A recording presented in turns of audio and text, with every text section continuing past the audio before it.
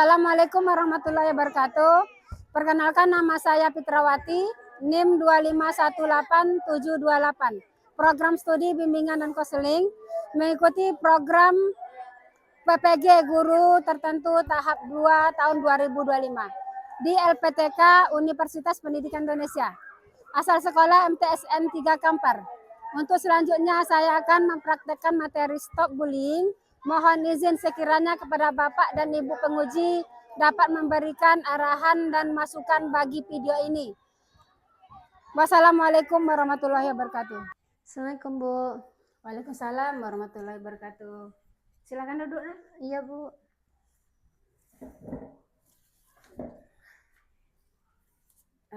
Tadi Lona dari kelas berapa?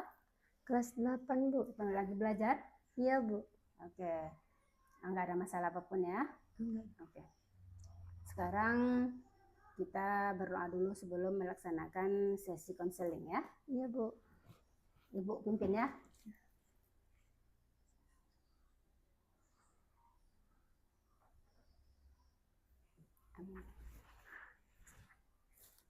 Mudah-mudahan sesi konseling kita hari ini berjalan dengan lancar ya. Iya, Bu. Launa, nama panjangnya siapa? Fasla Launa, Bu. Faslah Launa. Launa tinggalnya di mana? Dekat belakang madrasah, Bu. Dekat belakang madrasah, di dekat Naumbay ya? Iya, Bu. Oke. Ayah masih ada, Ibu? Alhamdulillah masih, Bu. Alhamdulillah masih ada. Berapa orang bersaudara Launa? Berdua, Bu. Berdua. Anak pertama Launa? Iya, Bu. Ya, yang kedua ada kelas berapa? Kelas 2 SD, Bu. Kelas 2 SD. Launa di sini diantar ibu atau bawa kendaraan sendiri? Diantar teman, Bu. Diantar sama teman. Oke. Ayah kerjanya apa? Petani, Bu. Ibu? Sama, Bu. Oh ya, apa-apa. Jadi sebelum kita melaksanakan sesi konseling kita hari ini, di sini Ibu akan menjelaskan dulu konseling itu apa. Ini kan ada konseling individu namanya ya. Launa datang ke sini ini namanya konseling ke ruang BK. Jadi konseling itu adalah proses pemberi bantuan kepada seseorang atau kelompok orang dengan cara tatap muka antara klien dan konselor. Klien itu Ananda, kemudian konselor itu Ibu, untuk membantu mengatasi permasalahan siswa, baik itu masalah belajar, baik itu masalah sosial, pribadi maupun karir. Ya, itu pengertian dari konseling individual. Dalam melaksanakan konseling ini, itu ada azas-azas yang harus kita laksanakan. Contohnya apa? Ada azas yang namanya itu azas kesukarelaan. Jadi azas kesukarelaan itu Ananda datang ke sini adalah dengan sukarela, nggak ada paksaan dari siapapun. Tadi ada yang paksa tidak? Enggak, Bu. Mau datang ke sini? Iya, Bu. Ya, ada kesukarelaan itulah datang sendiri tanpa ada paksaan dari siapapun. Oke, kemudian ada azas keterbukaan. Azas keterbukaan itu tidak ada yang ditutup-tutupi. Jadi Ananda nanti menceritakan permasalahan Ananda di sini itu dengan jujur agar layanan konseling kita ini bisa berjalan dengan lancar. Kemudian ada azas kerahasiaan. Azas kerahasiaan itu adalah apapun yang kita bahas di ruang ini itu tidak akan pernah sampai kemanapun, tidak akan menyebar kemanapun. Itulah azas kerahasiaan. Paham apa yang Ibu sampaikan? Paham. Oke. Jadi sebelum kita masuk ke sesi selanjutnya, Ibu ingin Launa mengisi form persetujuan konseling atau kesediaan Ananda untuk konseling di sini. Setuju? Setuju, Bu. Oke, ini ada suratnya. Baca dulu, kemudian diisi datanya ya.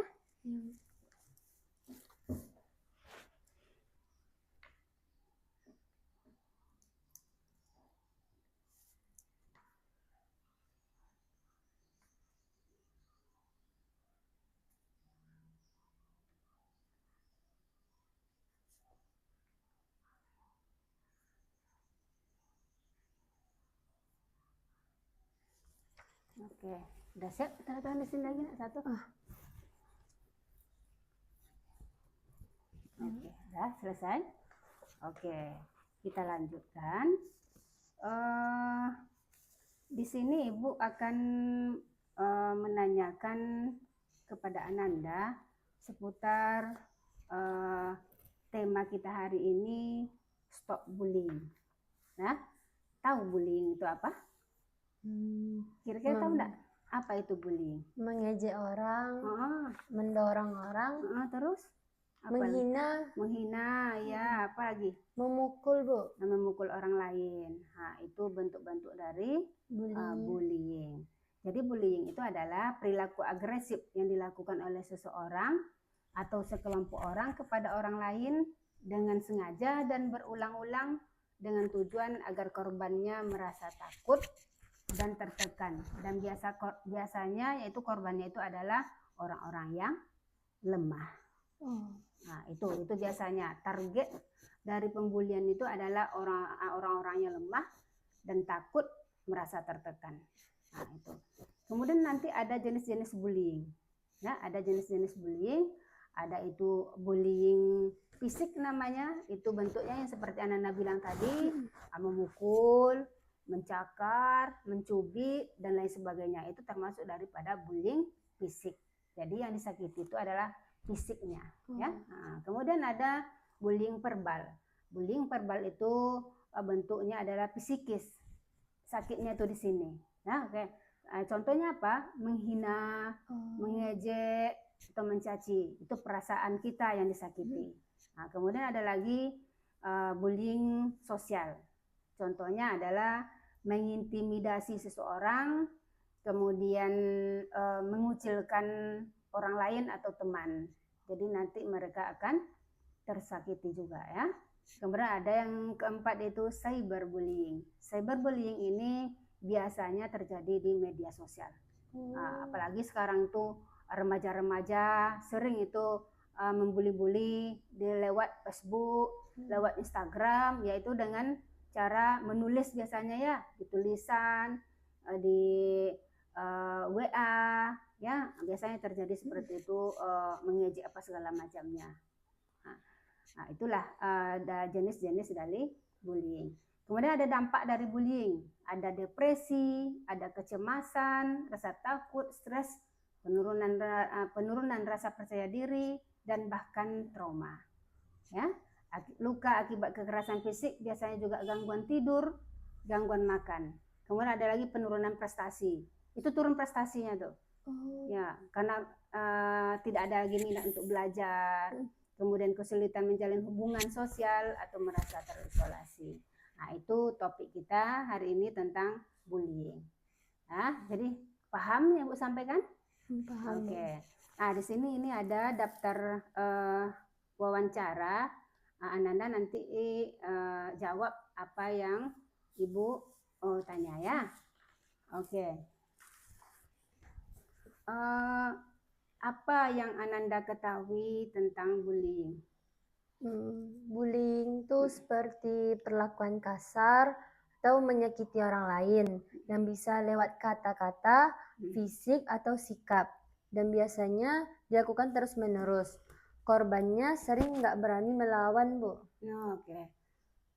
Jadi biasanya yang diincar itu adalah Orang-orang anak yang lemah ya. Kemudian menurut Ananda, apakah semua ejekan itu termasuk bullying? Nggak juga sih, Bu. Kadang bercanda biasa aja, tapi kalau ejekannya sudah keterlaluan, nyakitin hati dan terus-menerus, ya bisa jadi itu jadi bullying, Bu. Oke. Berarti tidak semua bentuk bullying itu mengejek atau segala macamnya itu. Tidak semua ya, kadang berbentuk gurauan, Ya, bercanda aja, Bu. gitu. Kemudian apa yang biasanya menjadi penyebab seseorang itu melakukan bullying? Bisa jadi karena pelakunya pernah dibully juga, atau dia pengen kelihatan hebat di depan orang lain, kadang juga cuman karena nggak punya empati, Bu. Berarti ada kasus semacam balas dendam, Iya, ya dia pernah dibully orang lain, kemudian dia ingin membuli orang lain pula ya. Iya. Kemudian apa yang sebaiknya kita lakukan jika menjadi korban bullying? Misalkan nih Launa, korban bullyingnya tadinya diejek-ejek teman atau dicubit-cubit teman, apa yang harus kita lakukan? Menghindar sih Bu, terus membela diri secara baik dan menceritakan kepada guru atau orang tua. Oke. Jadi harus nanti dikasih tahu ke guru, ke wali kelas, guru BK atau ke orang tua ya. Nah, kira-kira apa dampak jangka panjang dari bullying terhadap korban? Bisa bikin korban menjadi trauma, Bu. Susah percaya pada orang lain, nggak percaya pada diri sendiri, bahkan bisa mengganggu kesehatan mental, Bu. Iya, terganggu mentalnya ya. Nah, kemudian bagaimana caranya kita tuh bisa mencegah bullying terjadi di sekolah? Misalkan nih, Lona sering dengar di sekolah kita ini selalu terjadi pembulian. Biasanya ada anak-anak yang sering diejek atau mungkin anak-anak dihina, kadang ada perkelahian. Apa yang harus kita lakukan untuk mencegahnya itu? Kayak gitu tuh mungkin harus mulai dari diri sendiri dulu, Bu. Jangan suka mengejek teman, belajar untuk tidak peduli, dan kalau lihat ada yang dibully, jangan diam aja, Bu. Oh ya, jadi cepat kita tanggapi ya, cepat kita laporkan biar tidak terjadi yang lebih ini lagi ya. Kemudian jika misalkan nih Launa melihat temannya dibully sama teman lain, apa yang Launa lakukan? Saya akan cepat mencegah dengan kemudian saya akan menghibur teman saya, Bu, biar dia nggak terlalu sendirian. Terus kalau situasinya bahaya, saya langsung laporkan ke guru, Bu. Oke, bagus. Apa peran teman sebaya dalam menghentikan bullying? Kira-kira apa peran teman sebaya itu untuk menghentikan pembulian di madrasah kira-kira? Itu penting banget, Bu. Kalau banyak yang berani bilang stop, pelaku bullying juga bakal mikir 2 kali. Dukungan dari teman itu bisa bikin korban merasa dilindungi dan aman, Bu. Oke, jadi seperti itu ya. Mengapa penting untuk bersikap asertif dalam menghadapi bullying? Kenapa kita harus bersikap asertif untuk menghadapi pembulian? Karena kita bisa nunjukin bahwa kita nggak takut dan bisa jaga diri sendiri. Tapi tetap dengan cara yang baik, nggak harus marah-marah atau balas dendam kepada pelaku bullying, Bu. Oke. Nah, jadi dari hasil wawancara yang kita laksanakan tadi, kemudian materi bullying yang Ibu sampaikan tadi, sekarang Ibu ingin bertanya ke Launa, kira-kira pernah nggak Launa melakukan pembulian? Pernah nggak melakukan kesalahan? Pernah sih, Bu. Apa kesalahan yang pernah dilakukan? Pernah sih ngejek-ngejek teman, Bu. Pernah ngejek-ngejek teman berapa kali? Kayaknya keseringan lah, Bu. Sering. Ya, Bu. Tapi itu cuma bercanda aja sih, Bu. Bercanda. Ya. Tadinya Launa tuh cuma bercanda, Ya, tapi Bu. temannya itu tidak menganggap itu candaan. Dia merasa sakit hati Ya, mungkin Bu. ya. Kayaknya iya, Bu. Nah, itulah mengapa Ibu ajak Launa Ibu kita mengadakan konseling di sini karena memang ada Ibu mendapatkan laporan dari laporan bahwa Launa itu ada pernah membuli seseorang. Ejekan apa yang pernah Launa bilang ke teman itu? Kadang sih Ibu ngatain dia gendut. Terus? Kadang juga sering kayak orang gila, sering ketawa-ketawa nggak jelas, Bu. Itu yang Launa sampaikan. Iya. Jadi si yang dibully itu merasa tidak nyaman karena mungkin Launa perlakukan seperti itu. Mungkin nanti juga dia bisa juga hilang percaya diri seperti yang Launa sampaikan ke Ibu tadi. Seperti yang materi yang Ibu sampaikan tadi tentang bullying. Apa aja tadi dampak-dampak dari bullying? Merasa apa tadi? Tidak tidak percaya Oh, diri, iya, Bu. merasa cemas, kan itu ya. Takutnya nanti Berprestasinya turun. prestasinya turun karena tidak merasa percaya diri karena tadinya mungkin diejek. Iya, Bu. Jadi nanti bisa-bisa dia nanti tidak mau lagi sekolah. Oh, iya. Jadi Alona paham apa Ibu sampaikan ini kan itu akan sangat berdampak sekali kepada korban bullying. Jadi ke depannya Launa walaupun tadinya Launa menganggap itu adalah bergurau atau cuma bercanda, tapi mungkin teman yang mendengarkan itu tuh tidak merasa candaan, tapi merasa memang betul-betul diejek. Jadi dia merasa tersinggung, merasa tersakiti. Jadi kedepannya Launa tidak usah lagi memberikan kata-kata yang seperti itu ya. Agar kita di madrasah ini sama-sama nyaman, sama-sama enak belajarnya, berteman semuanya. Jadi nanti lihat-lihat dulu kondisi temannya. Oh ini temannya ini bisa diajak bercanda tidak? Oh temannya ini lagi serius tidak? Jadi kita bisa lihat kondisi ya. Kalau kondisinya mungkin hari itu kurang mood mungkin kita tidak usah ajak mereka itu bercanda. Serius aja. Ya. Jadi dari situ kita bisa paham bahwa memang bullying itu sangat berdampak. Ya, berdampak mungkin ke Ananda juga berdampak, ke yang dibully juga berdampak. Jadi itu ya. Terus di sini juga ada lembar evaluasi yang harus Launa buat. Sebelum lembar evaluasi ini ada, Ibu pingin ke depannya Ananda selama pembelajaran di madrasah itu Launa 1 minggu Ibu kasih waktu untuk bisa merubah, tidak lagi mungkin mengejek teman. Jadi nanti setiap minggu Launa memberikan laporan ke Ibu, menjumpai Ibu di ruang BK, memberikan laporan perkembangan perilaku selama di madrasah selama 1 minggu. Oke. Jadi ada paham yang Ibu sampaikan? Oke, jadi ada 1 minggu ya, 1 minggu nanti memberikan laporan tentang perkembangan perlakuan Launa ya. Oke, di sini ada lembar evaluasi yang harus Launa isi ya, isi sesuai dengan instruksi yang di dalam ya.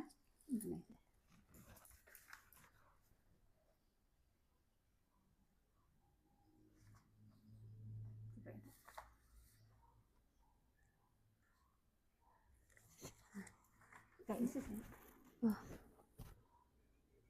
Oke. Terus ada satu lagi, ini ada lembar kepuasan. Kepuasan konseling terhadap konseling individual. Puas enggak kira-kira konselor ini? Puas, Bu. Oke.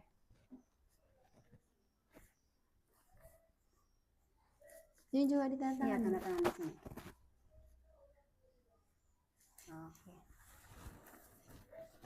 Oke. Kemudian ada proyek kontrak perilaku. Oke, satu lagi.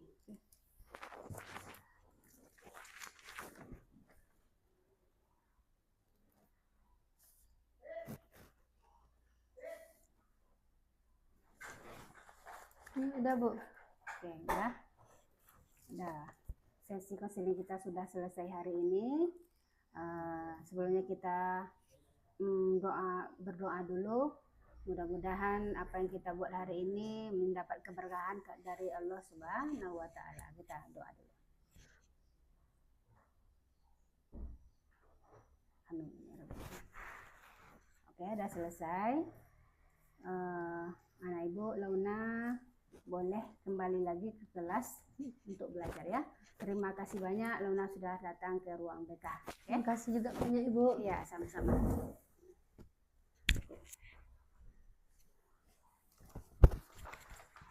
Bye.